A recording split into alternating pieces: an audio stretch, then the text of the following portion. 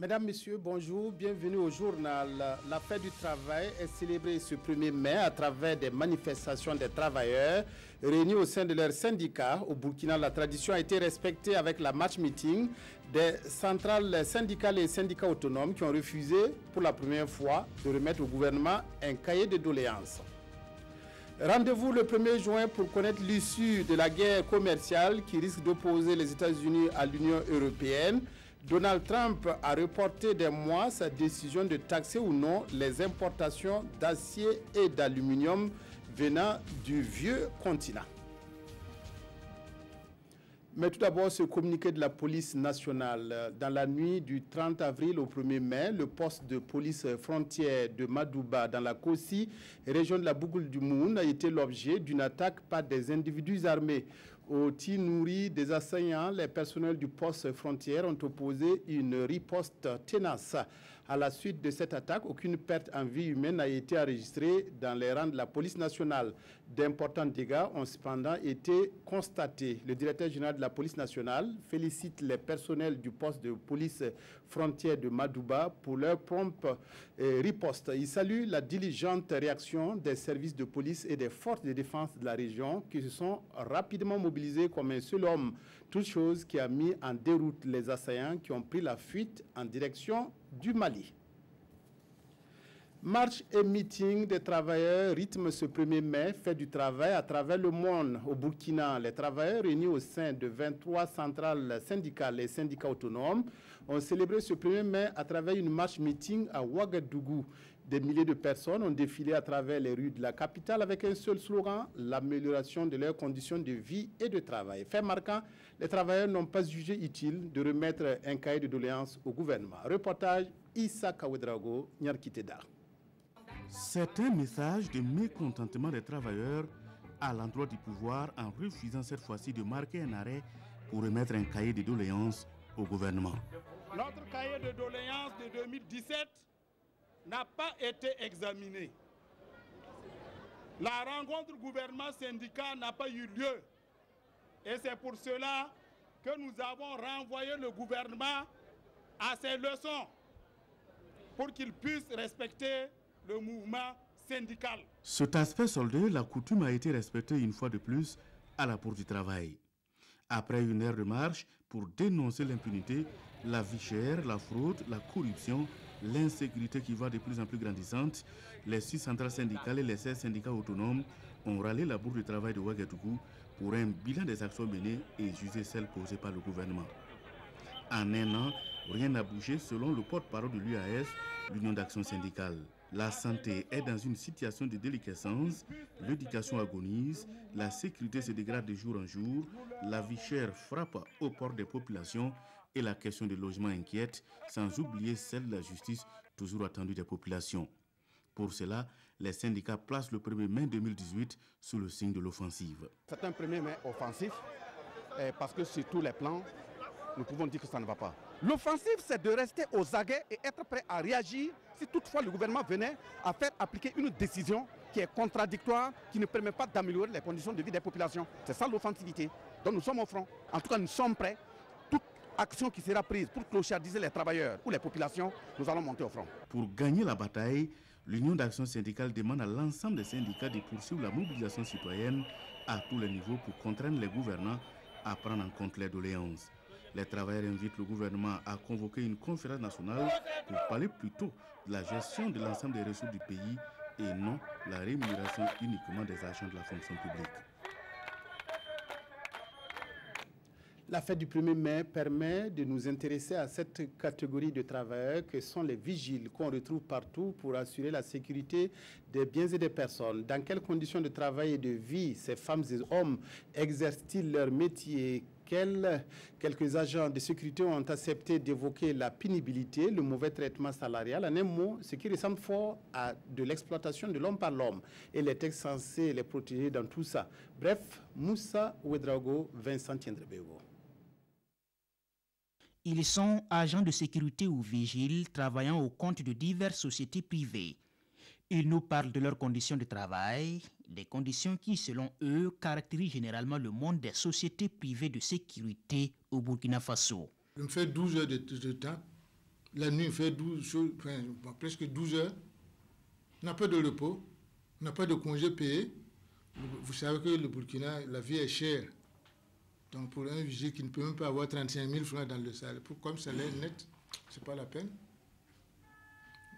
Beaucoup de contraintes, peu de revenus. À cela, il faut ajouter le travail sans contrat et donc sans protection pour les employés. On te fait, pendant ton état de maladie, si tu fais 3 jours de maladie à la maison, on te fait moins 2 000 par jour. Et les 3 jours, ça te fait 6 000 francs quand on enlève sur ton salaire, même que tu as prévenu. Et si tu fais un certificat médical et que tu amènes encore, on te fait moins 1 500 francs. Ça fait 6 mois présentement que je suis avec ma nouvelle société, mais je n'ai pas encore reçu de contrat. Donc je ne peux pas dire que vraiment, bon voilà, je peux dire que peut-être c'est une période d'essai jusqu'à 6 mois, si vous voulez les voir. D'autres personnes que j'ai déjà constatées qui ont 3 ans, 4 ans, qui sont dans des conditions pénibles. Et pourtant, le monde des sociétés privées est un monde de business. Ces sociétés passent des contrats avec des entreprises et autres institutions publiques et privées. Les sommes versées pour chaque agent de sécurité relèvent quasiment du secret. Ils ne peuvent même pas accepter que nous sachions combien ils ont pris la société qui a pris le contrat. Vous signez un contrat, par exemple, à 150 000 francs. Vous prenez un gars pour faire ce travail-là. Vous le payez à 30 000, à moins de 50 000 francs. Ça, c'est quoi? Ça, c'est l'esclavage. Ça, c'est l'exploitation de l'homme par l'homme. Tenez-vous bien, hein, si vous voulez être riche, créez une société de gardiennage. Dans 5 ans, vous allez construire une R+3. Ah oui. Et vous allez rouler en V8. Salam Ouedraogo semble savoir de quoi il parle. Il est le secrétaire général du syndicat national des agents de sécurité privée et s'implique dans la gestion d'un tas de plaintes de camarades en justice comme à l'inspection du travail. J'ai devant moi un décret, le décret de 2009, que je peux vous donner une copie. C'est ce décret qui régit comment une société de gardiennage doit gérer son personnel, doit payer son personnel, comment même il doit ouvrir sa société. Tout est dit dans ce décret. Mais je vous assure que si vous lisez ce décret, et je vous sors les dossiers qui me parviennent, vous allez vous poser la question, pourquoi avoir signé ce décret? Pourquoi les autorités ont signé ce décret? Ça n'a pas de sens. Un décret qui n'est pas appliqué. Le gouvernement, moi je demande qu'il mette de l'ordre. Mettre de l'ordre. Et pour cela, le syndicat travaille actuellement avec les parties prenantes dans le gouvernement sur un projet de convention collective devant réglementer le secteur. Ce texte, une fois adopté, sera-t-il enfin appliqué? Difficile de parier sur le oui, juste par expérience. Le travail sur les périmètres irrigués. Le ministre de la Jeunesse a visité le site de Bagrépol le week-end dernier. Le docteur Ismaïla Ouedraogo est allé encourager les bénéficiaires d'appui de son ministère qui sont installés à Bagrépol et qui mènent des activités agricoles et de pisciculture. La délégation a aussi échangé avec les jeunes du Centre-Est à travers une émission interactive dans une radio de Tenkodogo. Sédou Nikema Mamadou Ouedraogo, reportage. Le ministre en charge de la jeunesse et sa délégation sont en visite à Bagrépol, dans la région du Centre-Est.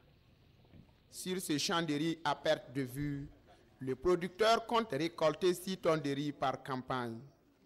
Retranché dans ce centre agro-silvo-pastoral, le promoteur associe le levage des poissons à celui des petits ruminants. Le projet comporte 3 volets. Le premier volet, c'est l'embouche des petits ruminants et la volaille. Le deuxième volet, c'est une écouterie pour la reproduction artificielle du poisson sain, pour en tout cas apporter un coup de main aux autres promoteurs privés et également l'État. Il y a des difficultés principales qui sont le matériel d'exploitation, l'aliment poisson et les géniteurs. Ces acteurs pourvoyeurs d'emplois sont tous bénéficiaires des appuis techniques et financiers du gouvernement burkinabé et ses partenaires. Encourage de savoir que les petits moyens mis à la disposition ont servi donc à développer des choses. Nous avons enregistré des doléances. Séance tenant, nous avons essayé de trouver des solutions. Nous allons continuer donc dans ce sens. Ce qui concerne M. Youbari, il lui manque un montant d'environ 3 millions pour achever, j'allais dire, sa petite industrie de production de poissons. Et je pense qu'à ce niveau-là, nous allons développer tous les efforts nécessaires pour l'accompagner. La visite s'est poursuivie à Tinkodogo, où le ministre de la Jeunesse a animé une émission interactive sur les actions de promotion de l'auto-emploi des jeunes. Les producteurs de la plaine de Niofila Douna peuvent maintenant reprendre leurs activités. Les travaux de restructuration et de mise en valeur de cette plaine sont terminés et le ministre de l'Agriculture a procédé samedi dernier à la mise en eau de Douna. 1500 hectares de terre sont réhabilités pour donner à cette plaine les moyens de sa production. Jacob Drago a d'autre part lancé un projet de lutte contre les chenilles légionnaires, un projet financé à plus de 130 millions de francs CFA par la FAO. Lamine Karantao, Siriki Milogo, Ismaël Paré, Abobo Dilasso. D'une superficie de 1500 hectares, dont 410 en exploitation, 1200 producteurs sont installés sur cette plaine. Pour booster, il faut des aménagements comme celui-là. Et c'est pour cela que Douna, Niofila, qui existait déjà, avec quelques difficultés parce que le barrage était en train de s'effondrer et les canalisations qui étaient faites avaient commencé à prendre un coup par l'âge.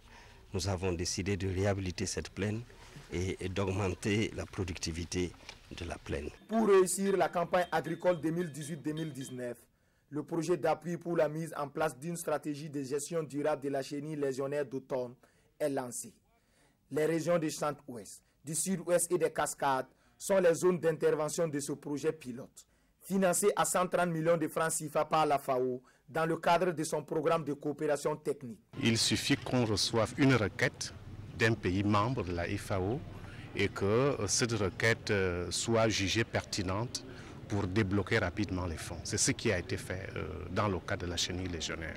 Toutes les régions du Burkina Faso ont été touchées par la chenille légionnaire et nous avons tout de suite saisi la FAO qui est un partenaire avec lequel nous travaillons en étroite collaboration et qui se soucie beaucoup des problèmes de l'agriculture de notre pays pour que nous voyions dans quelle mesure nous pouvons maintenant prévenir ce fléau. L'extension de cette superficie de 410 à 1500 hectares, la formation des producteurs et leur dotation en matériel de production sont les préoccupations des exploitants de la plaine aménagée de Niofila Douna.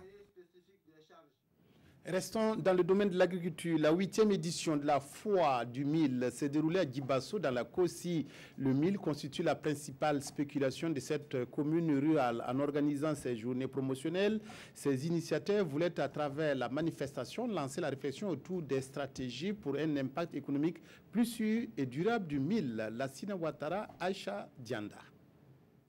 Une foire dédiée au mil, ça se déroule ici à Djibasso dans la province de la Kossi. L'enjeu de cette initiative pour l'association Tan-Ere, c'est de faire de la production du mil une source de revenus pour les agriculteurs de cette partie de la boucle du Mouhoun. C'est une filière que nous voulons développer à son sens. D'abord,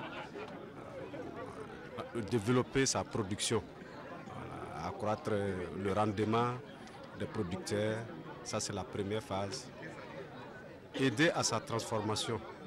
Voilà. Et encore organiser la commercialisation de cette filière. Cette foire qui se tient tous les ans nous rapporte beaucoup. On nous donne des conseils sur comment utiliser la main. La production nationale du mil est estimée à plus de 828 000 tonnes pour la campagne agricole 2017-2018. Et la province de la Kossi occupe le premier rang avec 15% de cette production. Et pour valoriser donc cette production, il faut aussi qu'on puisse montrer donc les différentes contributions de ce type de mil-là dans les habitudes alimentaires et culinaires. À cette 8e édition des journées promotionnelles du mil de Guibasso, les meilleurs producteurs et exposantes ont reçu des prix d'encouragement. Humoristes burkinabés et ivoiriens réunis par un même spectacle, à ma gauche le Benga et à ma droite le Garba. Un spectacle qui aura lieu ce soir au Palais des Sports de Ouaga 2000 et qui rassemble les dizaines d'humoristes de la Côte d'Ivoire et du Burkina. Une énième manière de saluer les liens d'amitié séculaire entre les deux peuples. Un avant-goût du spectacle avec Kwala Nebié et Aruna Mari.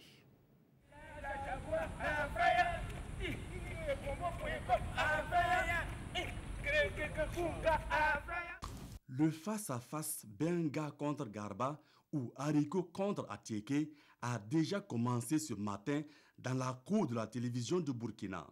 Côté ivoirien, les humoristes Ramatoulaye, Aga Lawal et le Magnifique ont fait le déplacement de Ouagadougou. Pour ce spectacle, l'Atieke ne cache pas ses ambitions de faire du haricot une bouchée. Au-delà du riz, du match, c'est un prétexte, mais c'est un rapprochement. C'est la familiarité, la fraternité et puis c'est l'amour entre deux familles qui se gèrent ce soir. Côté burkinabé, des comédiens bien connus sur les planches pour affronter les Ivoiriens dans la bonne humeur. La Jaguar et le groupe Gombo.com ont déjà leur plan d'attaque pour neutraliser l'Atieke. Au pays des hommes intègres, on n'a jamais eu la honte à domicile. Donc on doit prouver, nous déjà, on est déjà prêts, bloqués, et on attend la population, ils n'ont qu'à sortir massivement, parce qu'aujourd'hui là, quand on dit Benga, vous savez, on peut s'aimer le Benga, mais on ne peut pas s'aimer le Garba. Entre les deux camps se trouve une dame chargée d'arbitrer le face-à-face. Il s'agit de Eudoxie Yao. Que le meilleur remporte. Je suis arbitre, mais je suis impartial. Déjà, vous voyez comment c'est. Nous allons l'arbitrer. On va l'arbitrer, ça on va donner ça au You, voilà. Malgré sa performance. Voilà. Benga contre Garba, c'est simplement pour rire, pour s'égayer et puis pour rapprocher encore plus les peuples. 7 comédiens au total, dont Gérard, sont attendus à ce duel humoristique. Qui, du haricot ou de l'Atieke, en sortira vainqueur? En attendant, chacun regagne son quartier général pour peaufiner sa stratégie de la soirée. Attention à la constipation. Un mois de répit pour les Européens et Canadiens qui sont dans le vise du président américain. Donald Trump a reporté au 1er juin sa décision de taxer ou non les importations d'acier et d'aluminium de l'Union européenne, du Canada et du Mexique. Les Européens qui se préparent à taxer le tabac, le bourbon et le gin américain espèrent que le locataire de la Maison-Blanche leur donnera suffisamment de gages. Un mois de répit pour les Européens. Lundi soir, le président américain a finalement reporté au 1er juin la décision de taxer ou non les importations d'acier et d'aluminium en provenance de l'Union européenne, du Canada et du Mexique. Malgré ce nouveau délai, Bruxelles reste en mode défensif. L'objectif est bien de parvenir à une exemption définitive des nouvelles taxes, faute de quoi les Européens dégaineront à leur tour des représailles commerciales contre les États-Unis. Dans ce bras de fer, les Américains réclament surtout des concessions commerciales à leurs partenaires européens, notamment dans le secteur automobile. Le Premier ministre israélien donne le bâton aux États-Unis pour battre l'Iran. À 12 jours de la décision de Donald Trump de se retirer ou non de l'accord sur le nucléaire iranien, le Premier ministre israélien a indiqué hier que Téhéran développait un programme nucléaire secret. Benjamin Netanyahou a affirmé que sans ambages que le gouvernement iranien a menti avec force, preuve à l'appui. Israël dit avoir de nouvelles preuves concluantes d'un programme nucléaire secret mené par l'Iran. Ce lundi, Benjamin Netanyahou s'est livré à un exercice télévisé. Le Premier ministre israélien a présenté ce qu'il a décrit comme des copies exactes de milliers de documents originaux iraniens. Ce soir, je suis ici pour vous dire une chose. L'Iran a menti, et pendant longtemps. Voici l'énoncé de la mission. Concevoir, produire et tester 5 ogives, chacune représentant l'équivalent de 10 kilotonnes de TNT, destinées à armer un missile. De son côté, le président américain Donald Trump soutient qu'il déciderait d'ici le 12 mai s'il devait se retirer de l'accord sur le nucléaire iranien. Ce qui est en train d'arriver, c'est ce que je disais, qu'ils ne restent pas les bras croisés, qu'ils fabriquent des missiles. Je ne vous dis pas ce que je vais faire, beaucoup de gens croient le savoir, et tout le monde sait qu'avant le 12, nous prendrons une décision. La télévision d'État iranienne considère ces accusations comme un geste de propagande de la part du gouvernement israélien. Dans un contexte de tensions accrues, la chef de la diplomatie européenne, Federica Mogherini, a estimé que l'accord sur le nucléaire devait être préservé. Voilà, c'est tout pour votre journal. Merci de votre aimable attention à la RTB. Excellente fête du travail à toutes et à tous.